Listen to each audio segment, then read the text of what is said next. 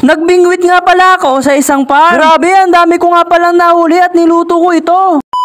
Ngayong araw nga pala ay naisipan ko nga pala magbingwit. Ang pumasok sa aking isipan kalabos na Nathaniel. Kaya naman kaagad ako pumunta. Biglaan nga pala ito kaya naman gugulatin ko siya. Kung nandyan siya, sana nga nandyan siya mga katampi. Nagulat nga ako kay Boss Nathaniel, biglang nag super science. Buti na lamang mga katampi ay nandito siya. Humahakot nga pala siya ng mga molly. Habang ako ay naghahanap ng mga bulati na ipapain natin sa ating bingwit. Subalit wala nga pala akong makitang pain kaya naman ipon na lang ang aking ipapain. Sabi daw nila nakakahuli daw yan ng tilapia. Grabe guys, may nakita nga pala akong tilapia, mahuhuli din yan mamaya. Kaya naman dali-dali ko nga pala inilagay sa aking pamingwit. So eto na nga mga katampi, nailagay ko na nga subalit parang may mali. Yung pamain ko kasi ay lumalakad. Kaya naman pinakita ko nga pala kay Boss Nathaniel, sabi niya tanggalan ko daw ng ulo. Dito nga pala ay dinala ko na nga ang mga hipon at pupunta na nga pala ako sa dulo. Biglaan ko nga pala napansin nitong pagong, grabe ang laki kaya naman nagulat ako. Nandito na nga ako sa kalagitnaan mga katampi, napansin ko meron mga warit tilapia. Grabe guys, ang daming tilapia sa labas ng fish farm. Bale doon nga pala tayo sa dulo pupunta. Nandito na nga ako kaya naman sinimulan ko na nga manghuli. Dito nga ay medyo natatagalan pa nga ako. Kaya naman ang ginawa ko, iniwan ko muna. Bale ililibot ko nga kayo mga katampi, may fish farm dito sa gilid, dito pa sa gilid, pati dun sa dulo. Grabe mga katampi, sobrang dami talaga. Kaya naman bumalik agad ako sa aking pinagiwanan na bingwit. Sa hindi inaasahan mga katampi, yung palutang ko ay gumagalaw. Ibig sabihin niya na may huli tayo kaya naman sobrang saya ko. Sabi ko na nga ba mga katampi, red tilapia ang aking mahuhuli dito. Kaya naman inilagay ko kaagad ito sa timba. May napansin nga ako ditong pamingwit mga katampi, kaya naman susubukan natin. Papalitan muna natin dahil nahihirapan ako sa aking pamingwit. Dito nga ay sinubukan ko na nga mga katampi. After that, meron nga pala ako nahuli kaagad. Grabe mga katampi, nakahuli kaagad ako. Hindi ko inaasahan. Kakalapag ko lang ay kumagat kaagad. Inilagay ko nga pala sa timba. After that mga katampi, meron pa ulit. Ang sarap naman magbingwit dito. Sigurado na makakahuli ka 100%. Siya nga pala mga katampi, fish farm nga pala yan ng mga balon molly at molly. Ang sarap nga pala pumunta dito mga katampi, habang bumibili ka ng mga balon molly ay pwede kang manghuli ng mga isda. Pag nahuli mo ay sa'yo na. Syempre charot lang yun mga katampi, baka magalit si Boss Nathaniel. Kaya ako nga pala to sinubukan mga katampi kasi masarap nga pala itong kainin. Tingnan nyo mga